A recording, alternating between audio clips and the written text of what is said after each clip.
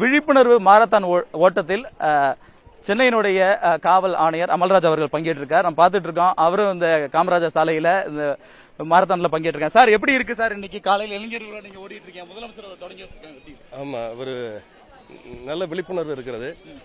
இந்த மாரத்தான் வாயிலாக இளைஞர்கள் பொதுமக்கள் யாரும் போதைப் பொருளுக்கு அடிமையாகக்கூடாது என்பதும் யாராவது குற்றச்செயலில் ஈடுபட்டால் அது தெரியப்படுத்த வேண்டும் என்பதை ஒரு விழிப்புணர்வு எடுப்பதற்காக இந்த மாரத்தான் மிக சிறப்பாக நடந்து கொண்டிருக்கிறது. சார், சிஎம் அவர்கள் தொடங்கி வச்சாங்க, அவங்களும் பங்கேற்று ஓடினாங்க.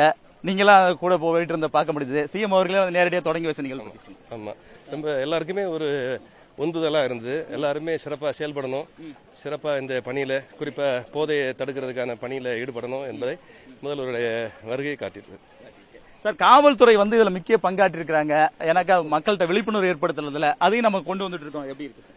ஆமா, காவல்துறை தொடர்ந்து இந்த விழிப்புணர்வு முயற்சியில் ஈடுபட்டு இருக்கிறாங்க. பள்ளிகளில், கல்லூரிகளில் ஆன்டி ட்ரைப் கிளப் வாயிலாகவும் மற்ற பொதுமக்கள் மத்தியில் இந்த விழிப்புணர்வு நிகழ்ச்சியில் தொடர்ந்து ஈடுபட்டு வருகிறார்கள். இது தொடர்ந்து நடந்து கொண்டிருக்கும். நன்றி. Thank you sir.